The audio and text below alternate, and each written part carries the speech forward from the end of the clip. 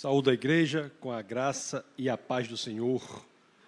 Alegria muito grande estar aqui, pastor. Agradeço imensamente por estar aqui já finalizando o nosso período de seminário sobre ciência, fé e a Bíblia.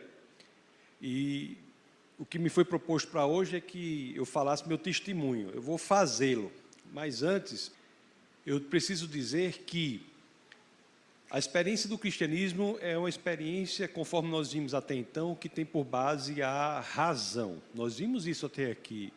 Começamos no primeiro momento, sendo expostos ao mandamento, que eu posso chamar de mandamento apologético, na 1 de Pedro, no capítulo 3, no verso 15, que diz: santifique o Senhor em seu coração, esteja sempre preparado para apresentar a todo aquele que vos pedir a razão da esperança que há em vós. Estejamos, portanto, preparados para saber o porquê nós cremos. Nós vimos isso, vimos que não devemos ter medo da investigação, porque Jesus é a verdade.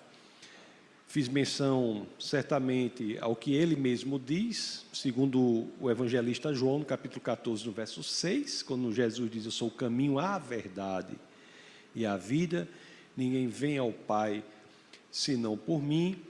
E vimos também que Deus se revela para que nós o conheçamos.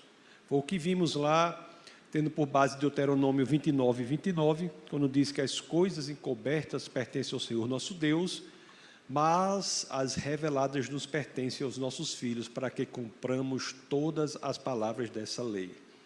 Por isso que nós podemos, pelo intelecto, conhecer Deus e passar a amá-lo. Não por acaso, Jesus de Nazaré, quando questionado sobre qual era o maior dos mandamentos, está lá em Mateus 22:37, diz: amar a Deus com toda a sua alma, seu coração e o seu entendimento.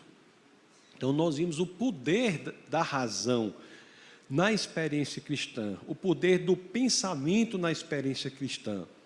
Mas eu em nenhum momento disse que a conversão é racional. Não é. A conversão não é racional, e é disso que eu vou falar antes de falar o meu testemunho, porque não existe conversão racional, existe convencimento. Você pode intelectualmente se convencer da viabilidade intelectual do cristianismo, mas isso não quer dizer que você entregará a sua vida ao nosso Senhor e Salvador necessariamente. Há dois tipos de ateus, e a grande parte da minha vida eu fui ateu na realidade. Há dois tipos de ateus. Existem os ateus por questões intelectuais, que são aqueles que não aderem à visão de mundo cristã, porque acham que outra visão de mundo é mais razoável intelectualmente. Esses ateus, como eu era, não tem raiva de crente, não tem raiva nenhuma. O crente pode andar de um lado para o outro com a Bíblia dele embaixo do braço, ninguém vai ter raiva de crente.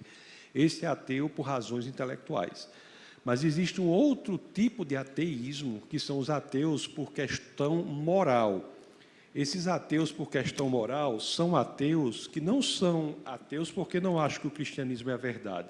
Eles são ateus porque eles querem um modelo de mundo que dê respaldo aos desmandos que ele quer ter na vida. Ele quer um modelo de mundo que diga que ele pode viver da forma que ele quiser, porque quando nós nos convencemos e nos convertemos, nós sabemos que iremos prestar contas.